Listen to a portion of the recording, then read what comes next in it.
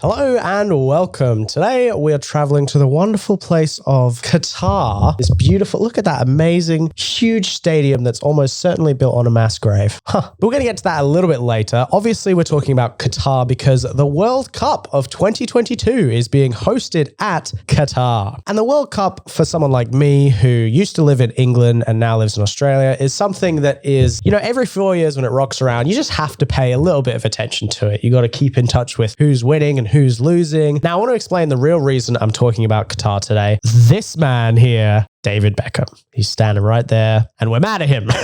Yes, David Beckham, famous sports player, underwear salesman, and human rights respecter. He is the spokesperson for the 2022 World Cup, or at least one of them. But before we dive into just a bit more about that deal, I want to first show a clip that I think really encapsulates what the public view of someone like David Beckham was in the late 2000s. Let's take a look. Okay, so this is a clip from Bend It Like Beckham. Let's get straight into it. I'm going to play some football sound effects so we can get in the mood, get in the vibe. Yeah, there we go. I like that. Okay, let's watch. So we've got Beckham. Oh, Beckham, come on. You gotta.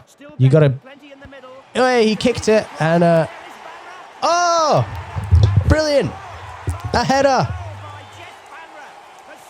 Wow, every kid wanted to be that little girl.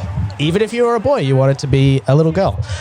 Look at that wonderfully photoshopped face. This was the pinnacle of what you could be if you were like a upcoming football star. I mean, David Beckham was the North Star. I mean, he was a guy who, at least in the public's eye, came from relatively nothing and made an absolute massive career for himself, huge empire, basically, purely because of his love and skill for this sport. And that is pretty amazing. I don't want to take that away from him. But the whole impetus for me making this video is because of this clip that I have been seeing repeatedly as a YouTube ad in front of whatever I'm trying to watch. Let's say I sit down, I want to watch the new Try Guys apology video. This video comes up and it's David Beckham telling me how much he loves Qatar. So let's just take a little sneak peek just so you can get an idea of what I'm talking about. It's another beautiful day here in Qatar. Wow. I can see what all the fuss is about. Yeah, okay. It sounds so cool. It looks great. There's even a woman, camels, sunsets, chilling with the boys. Very interesting, but it got me asking some questions. Questions like, how long has David Beckham really liked Qatar? Does it have anything to do, say, with them paying him $277 million over 10 years to basically be the face of the World Cup? Maybe it does. So as we can see, he was offered 150 million pounds. We've got some nice conversions right there for us. Otherwise equating to 50 million pounds per year, which is kind of insane. For any athlete to be offered that kind of job, I understand the instinct to take it. But I think it's worth diving into why his decision to partner with Qatar, or at least take their money, may age a little poorly and probably was not a very good decision to make in the first place. Here we have an article from the Daily Mail that is about one of Black Friday. Wow, guys, Black Friday. It's here. We gotta get in on the deals, baby. Yeehaw. So we can see here, this article says one of David's ex-teammates actually is condemning his actions to take this 10 million deal.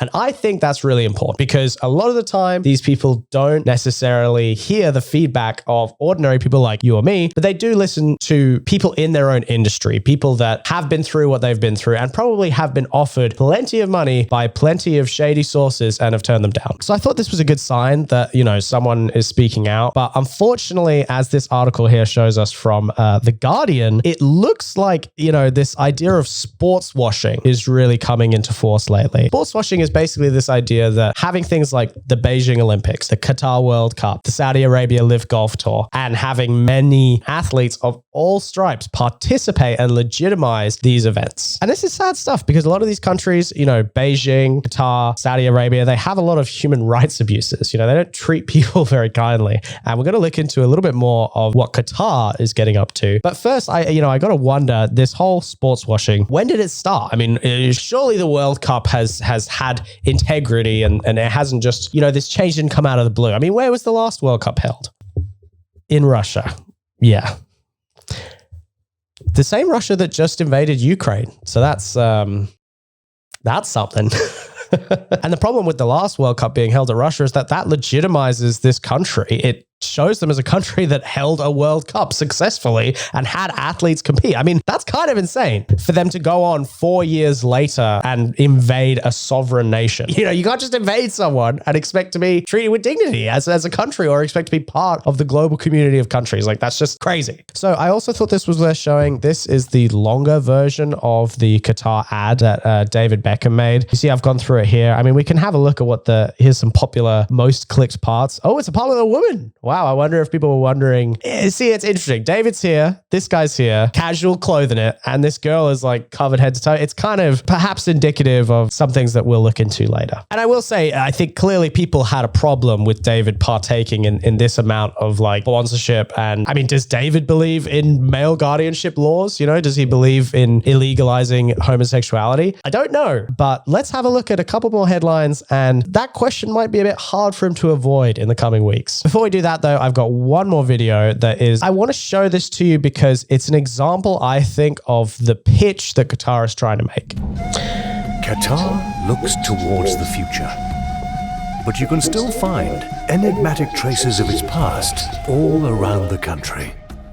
Okay, so in the first 10 seconds, I think we've kind of exposed a few things here. Okay, we start off with a bunch of sand and a camel. That's like cool. That's badass. That's like Qatar. We love that. We love that for you. But then oddly, this British narrator comes on. I think what I find odd is that like the language spoken in Qatar is, let's check, hold on, Arabic. Yes, they speak Arabic. You know, this guy is speaking not just English with an Arabic accent. This guy is speaking like British, you know, white as a mushroom, private school accent, which I just think is a little bit odd because I just wonder how many people there are in Qatar speaking like that. Looks towards the future. And then we see a woman, and we see another woman that's not, two women that are not covered and seemingly independent, like doing things on their own. As I mentioned before, Qatar has a male guardianship law, as a lot of people have pointed out, is kind of sexist, but I think it's telling that they're choosing to show this ad with, you know, women leading it to try and portray to a Western audience that aesthetically they're on board with the ideas of the West, that they're welcoming to Western people. But in reality,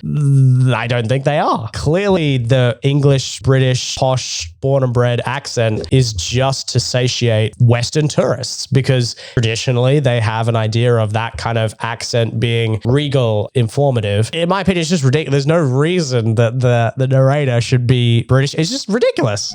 Qatar looks towards the future. Interesting. Qatar looks towards the future. It's kind of a little ironic considering the future contains a lot of people exposing Qatar's human rights record and abuses. So, I mean, I sincerely hope that a lot of this stuff happening inspires the world to actually look at the actions of Qatar and actually look at what the hell they've been doing and in some way hold them accountable. And if possible, empower the people of Qatar to have a more, you know, democratic, unified, redistributive society. But until that happens, I want to jump over to the very official source of the Qatar Wikipedia page. Hell yeah, baby. And I just want to point out a couple things right off the Wikipedia page that are just red flags. In my opinion, the fact that someone like David Beckham, oh wait, I'm over here. Hold on. This guy can't read a Wikipedia page. Like, that's ridiculous. Anyway, let's point out the important parts that I think David missed. Firstly, we have here, Qatar has been ruled as a hereditary monarchy since 1868. That's kind of insane. It doesn't even matter who led it, whether they were good or bad. Just the fact that it was a hereditary monarchy is like insane. Like, that's a crazy way to rule because you can't have the interests of one person align with the interests of the majority all the time. It's going to fail at some point and it's going to eventually fail to deliver what the people want and need. Okay, here we have Qatar's human rights record has been regarded by academics and non-governmental societies as being generally poor, with restrictions on civil liberties such as freedoms of association, expression, and press, as well as its treatment of thousands of migrant workers amounting to forced labor for projects in the country. That's a pretty hectic paragraph right there. And I think taking one look at that and not having the instinct to look a little bit further into those allegations and corroborate what the hell is going on in Qatar and maybe change your decision on to whether to work with them, that's not a very hard decision to make. You're kind of showing your ass on this one, Dave. I gotta be honest. I'm sorry. Okay, we've got a little bit more. This is the Visit Qatar website where it says, welcome to Doha. Duck my head down so you can see Doha. And right here in the first sentence, we have, welcome to Doha, Qatar's ultra-modern capital, located in the east of the country. At the beginning of the 20th century, Doha underwent a complete economic transformation and became a modern and prosperous city. Twice they've used the word modern, which is an interesting pitch to be making to Western tourists. Okay, this isn't really that problematic. I just thought it was funny. Here we have a point that says, immerse yourself in the Pearl, Doha's man-made island. Man-made? Really? That's a little bit sexist. We have another Visit Qatar webpage that says, I'm sorry if I pronounce this wrong, Majlis and other traditions in Qatar. Let's get my computer to speak it and see if it's right. Majli, I guess. It's an Australian series, so it's the best we can get. So let's find out a little bit about Majlis, because I think this is very interesting. It says here, the Majli is a central feature of Qatari life, located by the home. This is where individuals meet to discuss pressing topics, functioning much like a salon in Western Europe. Okay, I'll duck down so you can see the rest. What a paragraph, eh? Now, this sentence that's a little bit lower is the part that stuck out to me. This says, the Majlis is one of the most important spaces in Qatari life. It tends to be a male-only space with women meeting inside the home. So one of the most important places in Qatari life is exclusive to 50% of the population. Okay, so I wanted to make a quick editor's note. When I made that comment about 50% of the population, that was me assuming that Qatar has a pretty even balance of male to females. It turns out it's not that. It's actually about 75% male and only 25% female. They are not actually shutting out 50% of the population from one of the most important parts of their culture. Only 25%. That's kind of insane. You can't have that as a prominent part of your culture and expect to be treated or expect for people to pretend that you're in any way modern when you have one of the most important places in your whole culture and you won't even let women go there. It's so ridiculous. The hits just keep coming. Here we have the history of Qatar, and this is all on the Visit Qatar website, which is like a tourism website. It seems to be a government website, so I don't know. But what I thought was funny is that on this tab that says History of Qatar, it starts in 1700. And I'm like, if we go back to the Wikipedia page, human habitation in Qatar dates back to 50,000 years ago. That's such an oversight for a tourism website to say it starts in 1700. That's so dumb. Clearly, the reason it says this is because in 1776, all tribes gathered under the rule of the Al Thani family, which was that hereditary monarchy we were talking about earlier. It's all starting to come together, folks. And the last page I wanted to show you on the Visit Qatar website is here, top 10 insider tips for Doha travelers. There are a couple of interesting tips here, but the one I just thought was the most interesting is this one down here that says, dress to impress. Qatar is relatively relaxed around dress, although it's recommended for both men and women to cover their shoulders and knees. To me, that's just a contradiction. You're not relaxed around dress if the custom is for people to cover their shoulders and knees. Like, that's just... It's contradictory, guys.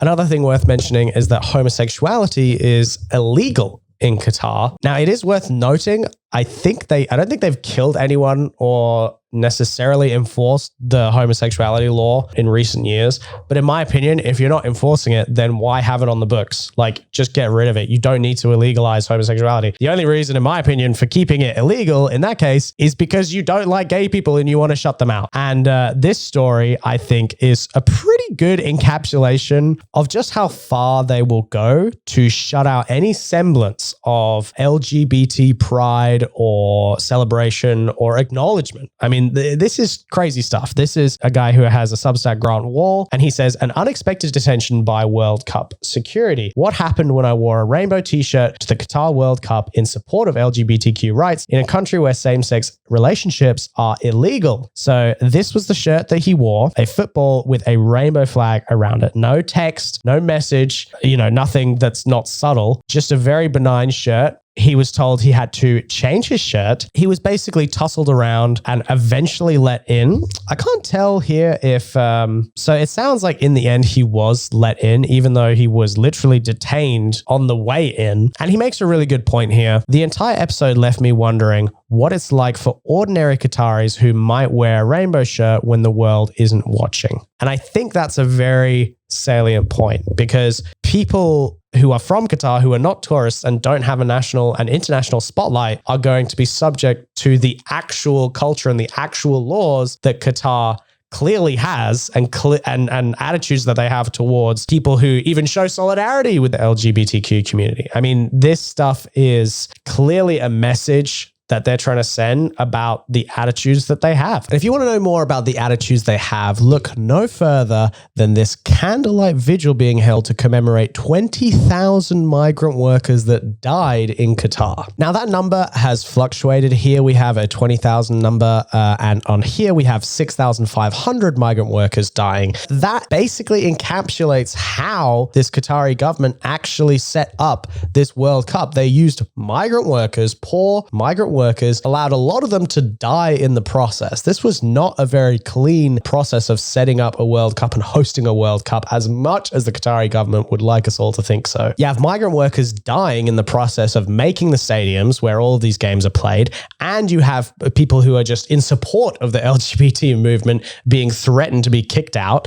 On top of that, you have this article, which I think kind of is a good example of what they've done. They basically did what Brazil did. Brazil hosted the World Cup, and here we have a headline saying that they spent $300 million on a World Cup stadium that now sits nearly abandoned. To prepare for the 2014 World Cup, Brazil spent more than $3 billion building stadiums. Today, however, not all the stadiums are put to good use. And this is a good example that shows that even the migrant workers that died building all those amazing stadiums, this lovely stadium that we see behind me right here, these kinds of buildings, not only do they not happen overnight, they happen through the blood, sweat, and tears of actual workers, but a lot of the time, they're made for these flashy events like the World Cup. And after these events come and go, they never get used again, or they go dusty and old and rarely get used, and all of the death that happened in the process of making it ends up being kind of for nothing. Here we have kind of a humorous headline about the housing in World Cup, where people are made to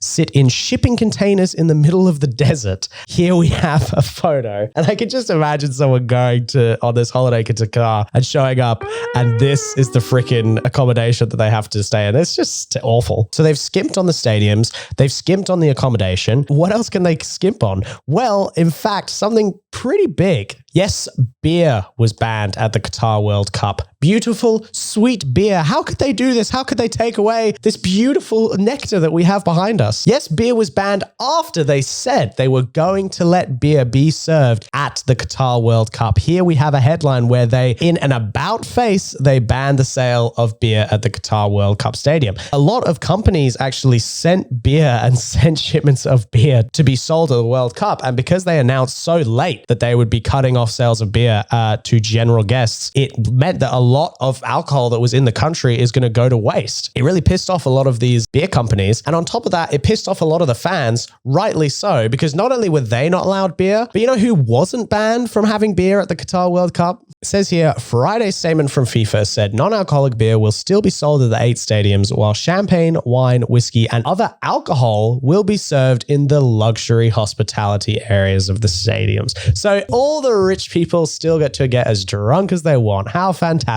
David, pal, you got nothing to worry about. You can get as drunk as a skunk all day. But ultimately, where does this leave us? We're going to do this in front of beer. Well, David, you've partnered with quite a country here to support this World Cup. I must say the reason I'm taking the David Beckham approach is because I think that's, to me, what is so relevant about this whole thing. I know that the World Cup's in Qatar, but David Beckham, a massive Western star, being used to promote this event, it really doesn't sit very well with me, and it's frankly quite disappointing to see someone like David Beckham, someone with so much influence and power, choosing to take what is essentially, in my eyes, blood money. And even though, yes, I was born in the right old town of Chelsea, England, I am to this day a West Australia supporter. I've moved, I've migrated, and I worship Mark McGowan now. But despite my newfound loyalty, I would still say, as someone from the UK, as someone who grew up looking up to David Beckham and thinking he was absolutely this amazing figure to look up to and to want to be like, to him I say, shame on you, David.